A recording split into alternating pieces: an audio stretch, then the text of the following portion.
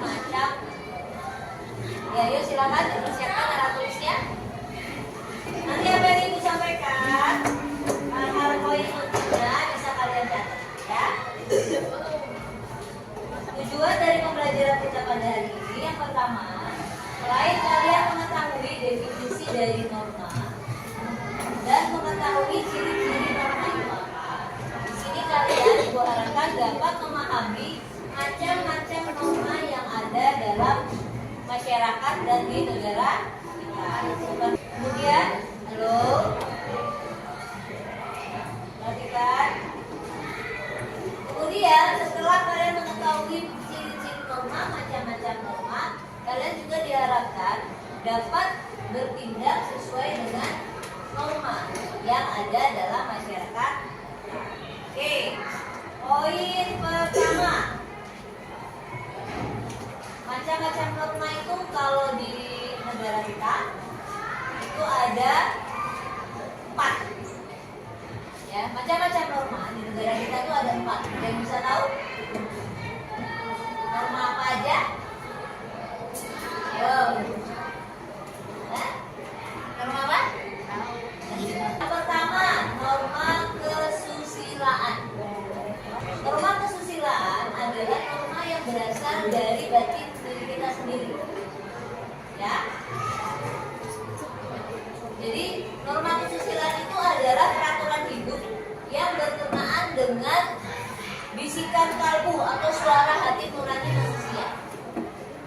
Ya. Ada yang bisa memberikan contoh? Norma kesusilaan, contohnya? Misal, kalau kalian nemu dompet jatuh di jalan, yang kalian lakukan pertama kali apa? Ambil. Habis itu? Lihat KTP. Betul, kata Ipa. Lihat dalam dompetnya. Kalau lihat dalam dompetnya, lihat apanya? KTP. Setelah lihat KTP, tahu nama dan alamat. Kalau setelah tahu nama dan alamatnya, kita melakukan apa? Berikan kalau bisa ya, atau berikan ke pos polisi terdekat. Ini yang dinamakan norma kesusilaan. Maka dari itu ketika saya menemukan dompet, nurani saya mengatakan, itu kasihan ya kalau sampai orang ini harus repot untuk ngurus surat. Contoh lain, ayo, selain kalau menemukan dompet dan dikembalikan, yang tahu yang terkait misal kalian kalau hati nuraninya tergerak itu karena apa? Karena melihat gimana? Ibu kalau tergerak hati nuraninya kalau lagi apa? Melihat orang yang kesusahan, itu juga betul. Ya, melihat orang yang sedang kesusahan, jadi merasa betul. Nuraninya Iva ketika melihat orang yang kesusahan, ini apa? Ini apa Iva? Bantuin. Ya. Sesuai dengan normanya, kita kalau berpakaian harus apa? Sopan, terus rapi, terus tertutup. Ya, tertutup. Ya, supaya tidak ada hal-hal yang tidak diinginkan, yaitu tadi tindakan asusila salah satunya. Ya, jadi norma kesusilaan itu seringkali berkaitan juga dengan norma agama. Biasanya kalau kita memiliki pemahaman agama yang baik, maka akan selaras dengan sikap kita dalam bermasyarakat. Itu ya.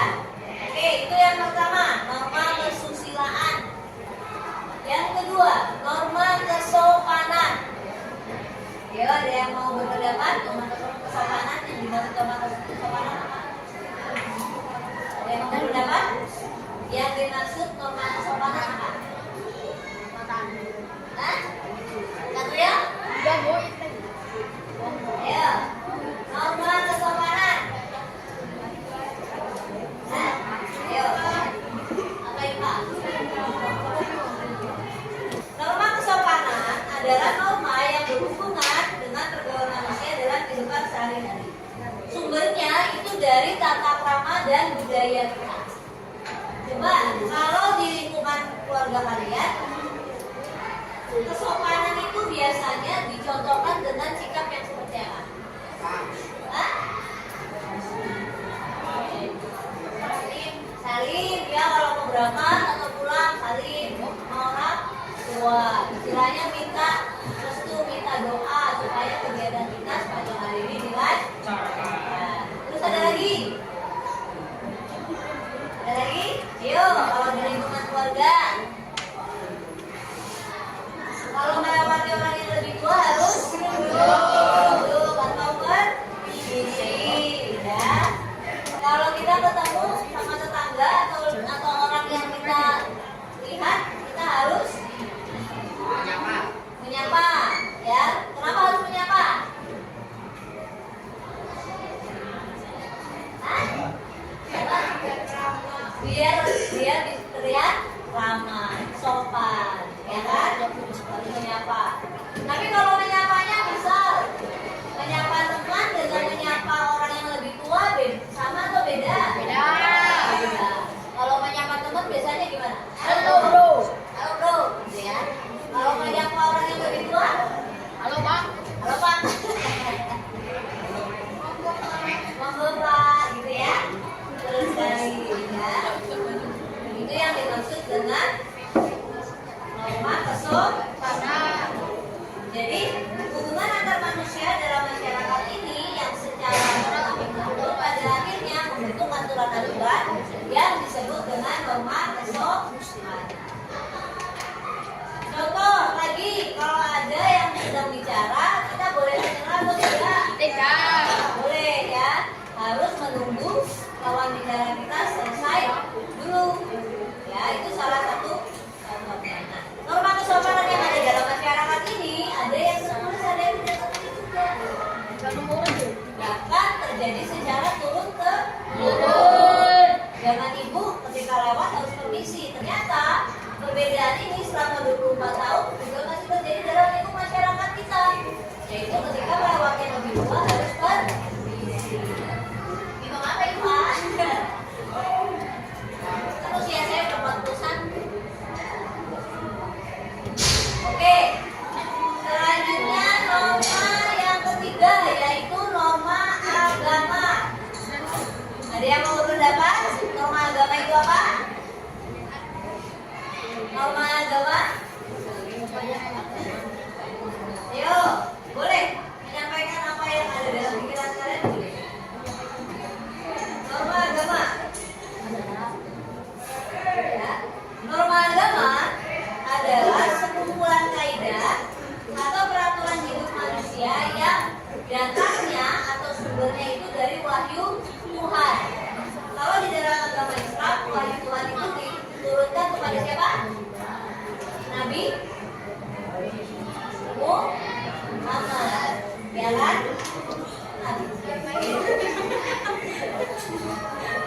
Ya. Ya, siapa? Junjungan Nabi besar umat Islam siapa? Nabi Muhammad. Karena Nabi Muhammad yang mendapatkan wahyu dari Tuhan, sehingga kalian sekarang memiliki norma-norma dalam beragama. Contohnya tadi, berpakaian harus apa? Harus tertutup. Tidak boleh mengumbar aurat. Ya kan? Itu kan salah satu aturan-aturan yang ada di dalam norma agama, betul? Kewajibannya harus beribadah, yaitu sholat 5 waktu. Itu kalau di agama. Kalau di agama saya, Katolik, wahyu Tuhan itu turun melalui Nabi Isa. Ya, aturannya apa? Kaidah-kaidahnya apa? Ya, harus mengasihi manusia. Ada juga norma-norma yang lainnya. Dan itu semua pasti diajarkan dalam semua agama, yaitu tidak membunuh. Ya kan? Pasti dilarang dong pada semua agama, betul? Tidak mencuri. Dilarang nggak? Dilarang. Dilarang. Terus apa lagi? Hah? Tidak berbohong. Ya? Betul.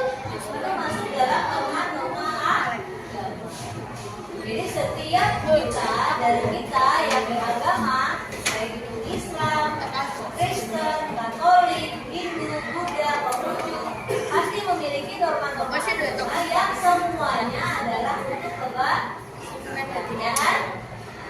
Masing-masing umat beragama tersebut menjalankan agamanya sesuai dengan apa yang diajarkan ya di agamanya masing-masing.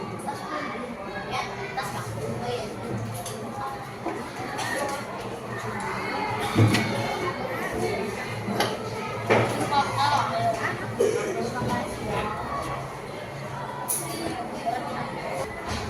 Selanjutnya yang terakhir adalah norma hukum.